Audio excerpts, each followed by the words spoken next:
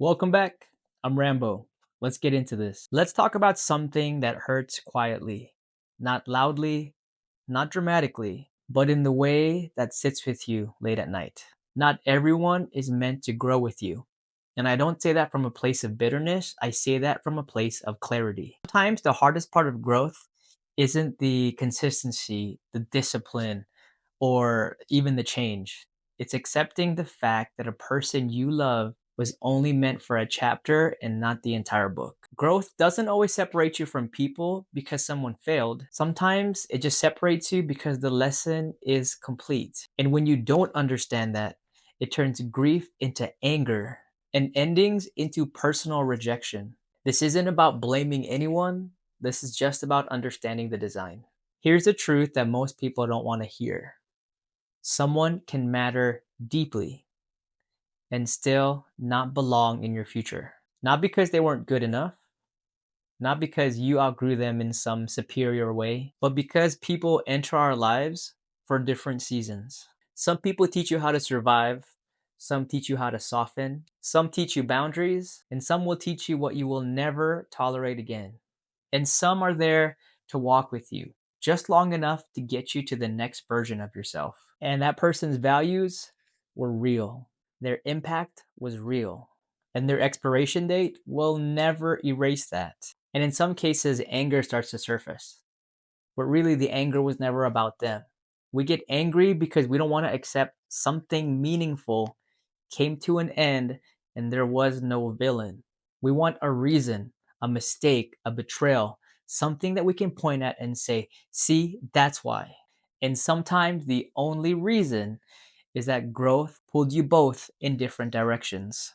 And anger becomes a way to avoid grief because grief requires acceptance. And sometimes we end up feeling guilty and we stay stuck because we confuse guilt with loyalty. And then we think, if I keep growing without them, I'm abandoning them. If I move forward, I'm selfish. If I let go, I'm ungrateful. But guilt is not proof of love, and staying small to keep others comfortable is not kindness. You can appreciate what someone gave you without sacrificing your future to prove it. You don't owe stagnation to anyone. And I honestly feel that if you are meant to walk together, you will.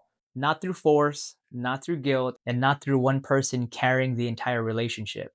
Growth, it's meant to be shared. It doesn't require begging, shrinking, or explaining yourself constantly. And if your journeys separate, it does not mean that one of you failed. It just means that the alignment was temporary, and temporary doesn't mean meaningless. And the acceptance, that's not coldness.